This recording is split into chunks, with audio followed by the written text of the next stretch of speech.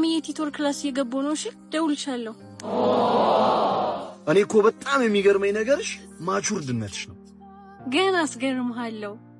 ይሄኔ ቆንጆ ውሸታምነትሽን ያስተዋይነት መለኪያ አድርጎ ሲነግርሽ አመንሽው?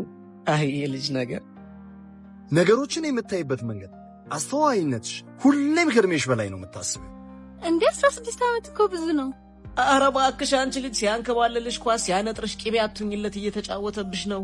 በጣም የሚያበሳጨው ግን ቤት ሁሉም እንደ ልጅ ነው የሚያዩ። እሱማ ሁላችንም ጋር።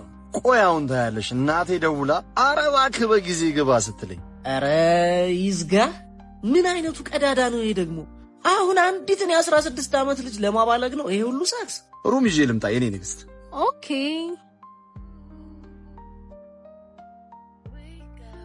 እስኪችን ህፃን ላድናት ዛሬ። እየሰማዋችሁ ነበር። የምር ከእድሜሽ በላይ ነሽ። ቴንክ ዩ። ግን ሰውየው ሳይሸውድሽ አይቀርም። ጓደኞቹ ጋር ተወራርደው ነው። ይኸውልሽ ሩም ከገባችሁ በኋላ የፈለገውን እያደረገ በድብቅ ይቀርጽሽና ከዛ በዛ ቪዲዮ ያስፈራራሽና ሁሉም ጓደኞቹ እንደ ቅርጫ እንዲከፋፈሉሽ ያደርጋል። አንተ እንዴት አወቅ? ቅድም አንቺን እየጠበቀ ነው ሲያወራ የሰማሁት። ቆይ ለምን? ክፋት ነዋ። በዛ ላይ ወንዶች የወሲብ ስሜታችን አናታችን ላይ ሲወጣ መሰከስ አይደለም መቅረጽ አይደለም ልንደፍርም እንችላለን። የምናደርገውን አናውቅም። አስሬ ማቹርድ ነሽ ከእድሜሽ በላይ ነሽ የሚልሽን ራስሽን እንደ ትልቅ አይተሽ የሚፈልገውን ነገር እንድትሆኝለት እንጂ እውነታው ቤተሰቦችሽም እንደሚሉሽ አንቺ ልጅና ገና ታዳጊ ነሽ። እኔም መጀመሪያ ማቹርድ ነሽ አልኩሽ እንድትሰሚኝ ስለፈለኩ ነው እንጂ ገና ልጅ ነሽ። አረ ማቹርድ እንኳን ነኝ። በዚህ ሰዓት ክርክር። እሺ ማቹርድ ነኝ ብለሽ ካስብሽ ከዚህ ሰው ያምልጠሽ አሳይኛ። ምንድነው? እናቴ ሆስፒታል ገባች። አሁን ማቹርድ ሆንሽ። ምንድነው አንተ? እናቷን መኪና ያንተን የሩም ብር የኛ ሆቴል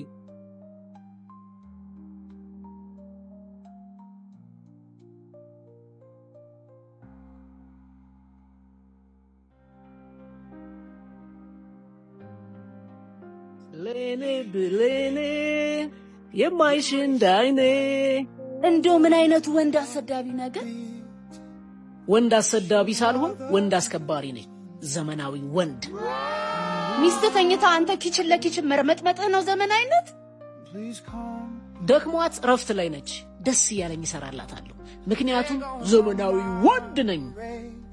ወይኔ ማዬ፣ ይሄንን አልጫ ልጅሽን ሄደሽ ጠይቀው ያልሽኝ ይሄንን ጉድ ሊያሰማሽ ነው አይደል? ወሬ ያለብሽ ማሬ። በቀይ ላርግልሽ ባልጫ?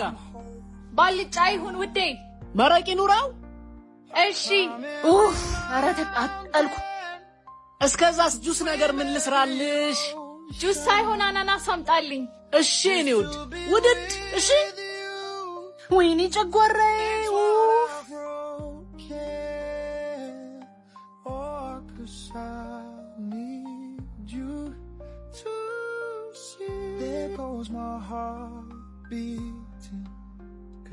ጭራሽ እንጀራ።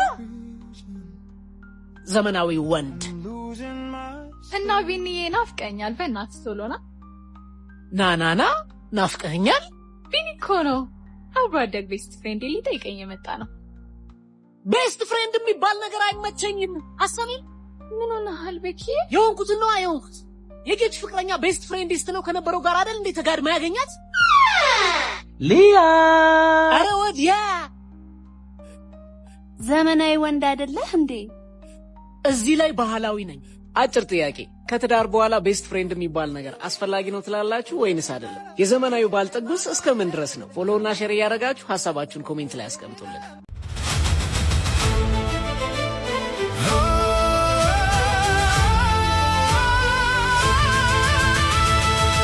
ነካት ሲኒማ